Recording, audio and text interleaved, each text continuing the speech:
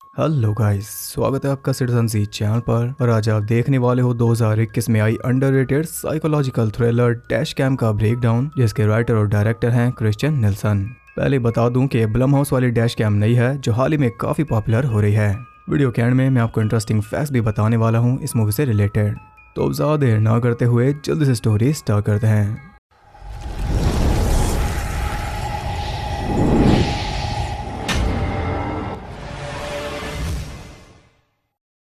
Movie start होती है एक न्यूज़ रिपोर्ट से जिसे कवर कर रहा था टिम वेब। कुछ हफ्तों पहले दो लोगों की लाशें बरामद हुई थी जिनमें से कोई भी आम आदमी नहीं था। एक था पुलिस ऑफिसर मायर्स और दूसरा न्यूयॉर्क का अटॉर्नी जनरल रह चुका डैन लीबरमैन, जो कि रिपोर्ट्स के मुताबिक एक शराबी था और नशे में ही उसने ऑफिसर पर फायर किया, तो बदले में ऑफिसर ने भी गोलियां बरसा दी और इस तरह दोनों मारे गए। लेकिन ये बस एक साइड है, क्योंकि सरकार ढंग से चीजें क्लियर नहीं कर रही। इस घटना की सिर्फ एक ही फुटेज है, वो भी कार के डैश कैम की। ऑफिसर के बॉडी कैम वाली फुटेज है नहीं। बताया जा रहा है कि वो कैमरा ऑन नहीं था और यही वजह है कि जनता को और भी ज्यादा शक हो रहा है। सबको लग रहा है कि डैन निर्दोष था, वो सरकार को एक्सपोज करने में लगा था, इसलिए उसे मरवा दिया गया। अफवाहें और थ्योरीज चरम पर हैं। जनता चाहती है कि सरकार फुटेज पब्लिक करे, जो कि हफ्तों बाद फाइनली इनके चैनल के जरिए पब्लिक होने जा रही है। इस रिपोर्ट को एडिट कर रहा है जेक कॉल, जो कि जॉब पर नया है। वैसे तो ये रिपोर्टर बनना चाहता था, लेकिन जॉब इसे मिली एडिटर की, तो फिर यही सही, कुछ तो एक्सपीरियंस मिलेगा। अब इसे वेट है उस फुटेज का जो कि मेल के थ्रू इसके पास आएगी। उसके आते ही ये रिपोर्ट कंप्लीट। वीडियो कॉल पर वो टिम को सभी अपडेट दे देता है कि रात तक फुटेज आ जाएगी और सुबह तक मैं रिपोर्ट अपलोड कर दूंगा। फिर भी टिम को चैन नहीं था, इसलिए जेक काफी फ्रस्ट्रेटेड है। फिलहाल ये घर पर अकेला है और आज रात है हैलोवीन की, इसलिए कोई ना कोई डोरबेल बजा ही रहा है। कुछ देर का ब्रेक लेके वो अपनी गर्लफ्रेंड मारा को वीडियो कॉल करके उसका हाल चाल पूछ रहा था, और मारा भी सरकार के खिलाफ है। उसे लगता है कि सरकार को छुपा रही है, जबकि जेक को ऐसा नहीं लगता, क्योंकि वो तो खुद ही पूरी घटना कवर कर रहा है। मारा उसे अपने दोस्तों की पार्टी में जाने के लिए कहती है, लेकिन वो तैयार नहीं था, क्योंकि मारा खुद यहाँ पर है नहीं, तो उसके बिना जाकर क्या करेगा। वो साफ मना कर रहा था। तब मारा उन्हें भी ऐड कर देती है, जो कि ऑलरेडी पार्टी के लिए रेडी हो रहे थे। काफी मनाने पर जेक भी तैयार हो गया, लेकिन सिर्फ कहने के लिए, ये कहीं भी नहीं जाने वाला।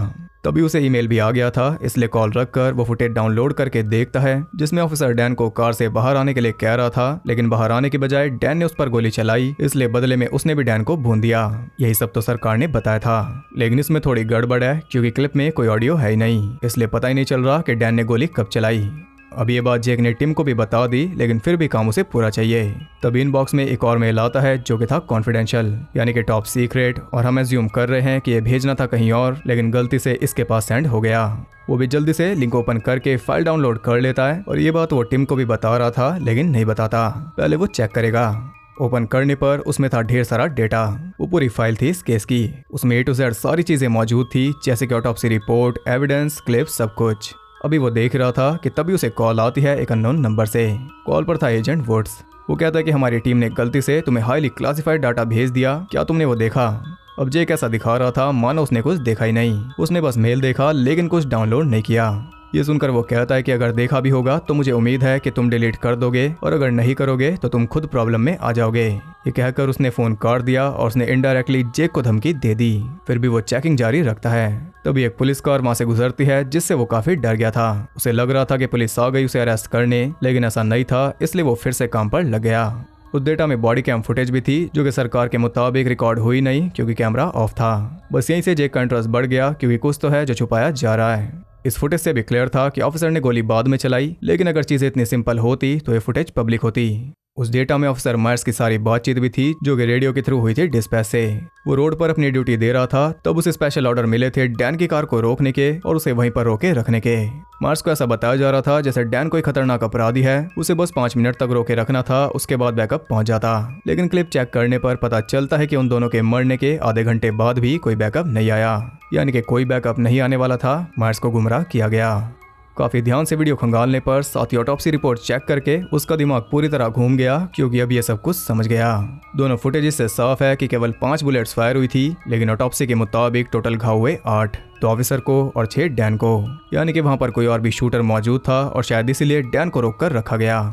अब जेक के हाथ एक बड़ी स्टोरी लग गई। उसे लग रहा है कि स्टोरी ब्रेक करके वो टीम की भी धज्जियां उड़ा देगा और बन जाएगा सबसे बेस्ट रिपोर्टर। वो काफी खुश था, तभी अचानक उसे एक और अननोन नंबर से कॉल आती है, जिसने उसकी सारी खुशी गायब कर दी। लेकिन किस्मत से वो कॉल स्पैम थी। अब जेक पूरी मेहनत से हर एक इंपॉर्टेंट पॉइंट को ध्यान में रख रहा था, क्योंकि एक ऐसी न्यूज है जो उसकी लाइफ बदल देगी। फाइल में उसे डैन की कॉल रिकॉर्डिंग मिलती है जिसमें वो बात कर रहा था अपने दोस्त से। उससे ये पता चल रहा था कि डैन पर काफी दिनों से नजर रखी जा रही थी। फोन से लेकर कैमरा कुछ भी उसके कंट्रोल में नहीं था और 6 महीने से एक ब्लैक एसयूवी उसके घर के आगे खड़ी होकर उस पर नजर रख रही थी। ये सब इसलिए क्योंकि वो किसी को एक्सपोज करने वाला था। वो कुछ ऐसा जानता था जिससे सरकार हिल जाती। उसके पास कुछ डॉक्यूमेंट्स थे जिन्हें बचाने वो जा रहा था और इसी बीच ये सब हो गया। तो यानी ये पूरी घटना एक सोची समझी वारदात थी। जेक इसमें और अंदर घुसता जा रहा था तभी अचानक उसकी डोरबेल बजती है, लेकिन वो दरवाजा नहीं खोलता क्योंकि फिलहाल उसका पूरा फोकस है इस केस पर। डोरबेल नहीं रुक रही थी तब वो जाकर चेक करता है, लेकिन बाहर कोई भी नहीं था। विंडो से बाहर देखने पर उसे पता चलता है कि एक ब्लैक एसयूवी उसके घर के नीचे भी लग गई, यानी कि अब इस पर भी निगरानी की जा रही है। या वो अपना दरवाजा अच्छे से लॉक करके फिर से लग जाता है काम पर, क्योंकि अब ये केस पूरा हो गया। ऑडियो क्लिप को जारी रखते हुए वो उस टाइम तक पहुंच गया जब ऑफिसर ने डैन को रोका था। तब भी कॉल जारी थी। उससे थोड़ी बात करके ऑफिसर उसे कार में रुकने के लिए कहकर वहां से चला गया था, क्योंकि उसे भी तो जानकारी देनी थी ऊपर। इसी बीच डैन का दोस्त उससे डॉक्यूमेंट्स की जानकारी मांग रहा था, लेकिन वो नहीं देता, क्योंकि जैसा कि आप देख रहे हो ये कॉल रिकॉर्ड हो रही थी और ये बात डैन अच्छे से जानता था। उसका पंगा सरकार से जो था। ऑफिसर के वापस आते ही अचानक डैन को थोड़ा झटका लगा और इसी पैनिक में स्टार्ट हुई फायरिंग ने दोनों की जान ले ली। यहाँ भी क्लियर था कि 5 गोलियां चली हैं, जबकि डैन की बॉडी पर 6 और ऑफिसर की बॉडी पर 2 निशान थे। और यहाँ ये भी साफ हो गया कि डैन ने तो कोई गोली चलाई नहीं। अभी तक हमें लग रहा था कि पहली गोली चलाई डैन ने, लेकिन उसके हाथ में गन थी नहीं। वो तो बस बेचैन होकर कार से निकल रहा था, तभी ऑफिसर ने उसे भून दिया। जेक हर डिटेल को मेजर कर रहा था ताकि अच्छे से प्रेडिक्ट कर सके कि आखिर हुआ क्या था। और यहाँ पर वो एडोबी सॉफ्टवेयर का पूरा यूज कर रहा है। हर कॉल रिकॉर्डिंग और डैश कैम ऑडियो सिंक करने पर उसे पता चलता है कि डैन पर ऑलरेडी गोली चल गई थी, तभी वो पैनिक हुआ था। तो यानी कि पहले ऑफिसर ने उसे रोका और इसी बीच कोई शूटर वहां पहुंच गया।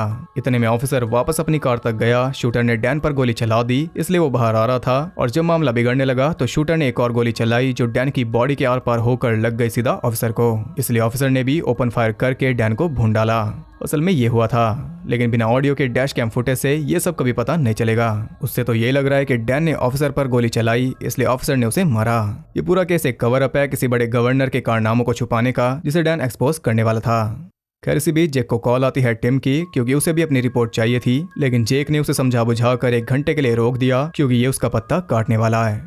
इन्वेस्टिगेशन थोड़ी आगे बढ़ाने पर उसे पता चलता है कि डैन मरने से पहले कुछ तो बोल रहा था, लेकिन ऑडियो क्लियर नहीं थी। तब अडोबी का पूरा यूज करते हुए उस पार्ट को एम्पलीफाई करने पर उसे पता चलता है कि वो कह रहा था एडॉन ग्लिंगालालॉन, जो कि आम भाषा नहीं लगती।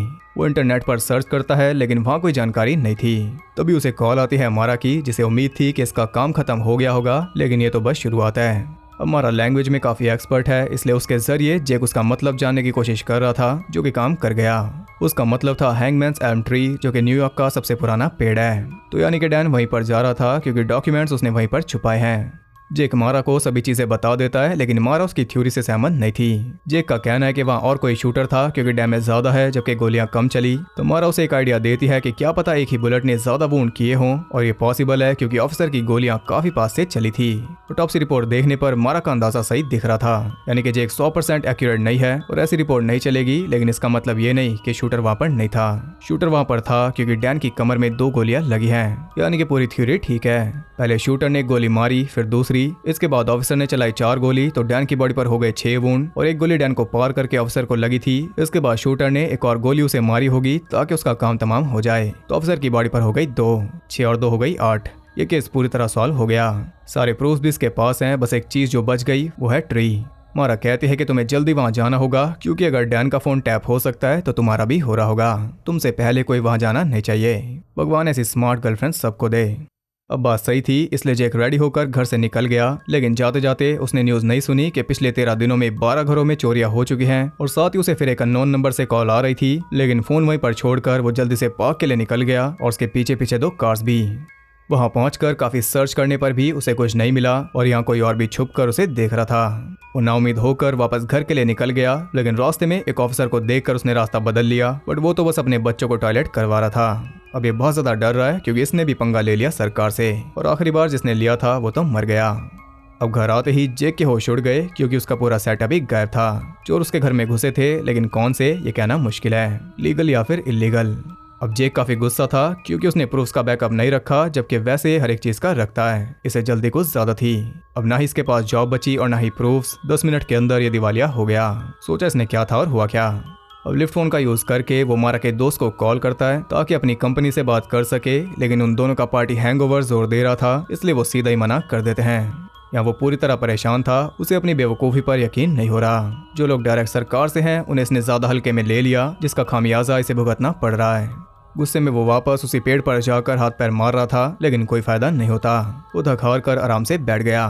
पूरी तरह टूटा हुआ वो टाइम पास कर रहा था, तभी अचानक उसकी नज़र सामने पड़ती है और वहाँ जाकर ढूंढने पर उसे पेपर्स मिल गए। अब वो हद से ज़्यादा खुश था क्योंकि फाइनली इसकी दुनिया बदल जाएगी, एंड आई मीन लिटरली, क्योंकि एक सरकार का आदमी वहाँ पर पहुँच गया था।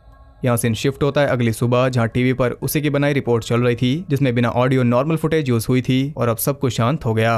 यह एंगल वैसा ही चला जैसा कि सरकार चाहती थी। लेकिन इसी बीच एक और न्यूज चल रही थी कि नदी से एक बॉडी बरामद हुई है, और वो किसकी है यह आप जानते हो। इस मैटर में घुसने की एक भारी कीमत चुकानी पड़ी जैक को। इसी के साथ ये मूवी एंड हो गई। तो मूवी का फर्स्ट लुक, पोस्टर या फिर नाम देखने से लगता नहीं कि इतनी प्रॉमिसिंग होगी। लगा था कि कोई हल्की सी ऑनलाइन टाइप मूवी होगी, लेकिन ऐसा नहीं निकला। इसकी स्टोरी में काम किया गया है और काफी अच्छे से स्टोरी गहराई में जाती है। शुरुआत में तो क्लियर कट मामला था, लेकिन एंड आते आते पता चला कि वो तो फेक नैरेटिव था, बस एक कवर अप, जिसे इतने अच्छे से चलाया गया कि वो सच ही बन गया, और सच बन गया झूठ, और जो कोई सच पर यकीन करे वो बन गया पागल, और जो सच दिखाना चाहे वो बन गया याद। ऐसे कॉन्सेप्ट्स एक अजीब सा डर महसूस कराते हैं कि अगर हमें कोई प्रॉब्लम हो या किसी का डर हो तो हमारे पास पहला ऑप्शन है कि हम पुलिस के पास जाएं, लेकिन अगर डर ही पुलिस से हो तो फिर कोई कहाँ जाए। तो बात करते हैं इंटरेस्टिंग फैक्ट्स के बारे में। ये मूवी इंस्पायर्ड है ब्लो अप, द कन्वर्सेशन और ब्लो आउट से। जे कॉल इंस्पायर्ड है द कन्वर्सेशन के कैरेक्टर हैरी कॉल से। डैश कैम एक फिल्म जो कि न्यूयॉर्क गवर्नर के कवर अप के बारे में है, इत्तेफाक से प्रीमियर हुई थी उसी हफ्ते जब न्यूयॉर्क स्टेट गवर्नर एंड्रू कोमो पर सेक्सुअल हैरेसमेंट के आरोप लगे थे। एक और अजीब इत्तेफाक ये है कि ये डैश कैम और ब्लम हाउस वाली डैश कैम दोनों रिलीज होने वाली थी 2021 में, लेकिन ये तो रिलीज हो गई थी जबकि ब्लम हाउस वाली रिलीज हुई है इस साल, वो भी अभी जून में, शायद 3 जून को। तो अगर आप उसका ब्रेकडाउन भी देखना चाहते हो तो बता देना। हालांकि काफी अजीब हो जाएगा, एक साथ दो डैश कैम, ऑडियंस कंफ्यूज हो जाएगी, लेकिन फिर भी अगर आप चाहो तो बता देना। तो ये थे इंटरेस्टिंग फैक्ट्स। आई होप आपको पसंद आए होंगे। अगर आपको ये वीडियो पसंद आई तो इसे एक लाइक जरूर करना, और साथ ही कमेंट करके बताओ कि आपको मूवी कैसी लगी और क्या आपको लग रहा था कि इतनी खास निकलेगी, क्योंकि मुझे तो नहीं लगा था। फिर ऐसी और इंटरेस्टिंग वीडियोस देखते रहने के लिए चैनल को सब्सक्राइब करके बेल नोटिफिकेशन कॉल पर सेट कर लो, ताकि नोटिफिकेशन आपको क्लू देती रहे। और ज़्यादा कनेक्टेड रहने के लिए आप मुझे इंस्टाग्राम पर फॉलो कर सकते हो, वो आपको बहुत कुछ जानने के लिए मिल जाएगा, और साथ ही बाकी जगहों पर भी जिनके लिंक्स आपको नीचे मिल जाएंगे। तो मैं मिलता हूँ आपसे अगली वीडियो में, तब तक के लिए सबको बाय।